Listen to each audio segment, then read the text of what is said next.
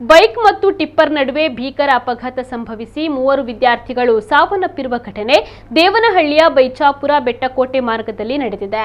ಮೃತರು ಹುಣಸಮಾರೇನಹಳ್ಳಿಯ ಖಾಸಗಿ ಕಾಲೇಜಿನ ವಿದ್ಯಾರ್ಥಿಗಳಾಗಿದ್ದು, ದೇವನಹಳ್ಳಿಯಿಂದ ಬೂದಿಗೆರೆ ಕಡೆಗೆ ಬೈಕ್ನಲ್ಲಿ ತೆರಳುತ್ತಾ ಇದ್ದ ವೇಳೆ ಈ ದುರಂತ ಸಂಭವಿಸಿದೆ. ನಿಯಂತ್ರಣ ತಪ್ಪಿದ ಬೈಕ್ ರಸ್ತೆ ಡಿವೈಡರ್ಗೆ ಡಿಕ್ಕಿಯಾಗಿ ಬಳಿಕ ಎದುರಿನಿಂದ ಬರ್ತಾ ಇದ್ದ ಟಿಪ್ಪರ್ಗೆ ಡಿಕ್ಕಿಯಾಗಿದೆ. ಪರಿಣಾಮ 3 ಕೂಡ ಸ್ಥಳದಲ್ಲೇ ನಿಧನರಾಗಿದ್ದಾರೆ. ಸ್ಥಳಕ್ಕೆ ದೇವನಹಳ್ಳಿ ಸಂಚಾರಿ ಪೊಲೀಸರು ಭೇಟಿ ನೀಡಿ ಪರಿಶೀಲನೆಯನ್ನು ನಡೆಸಿದ್ದಾರೆ.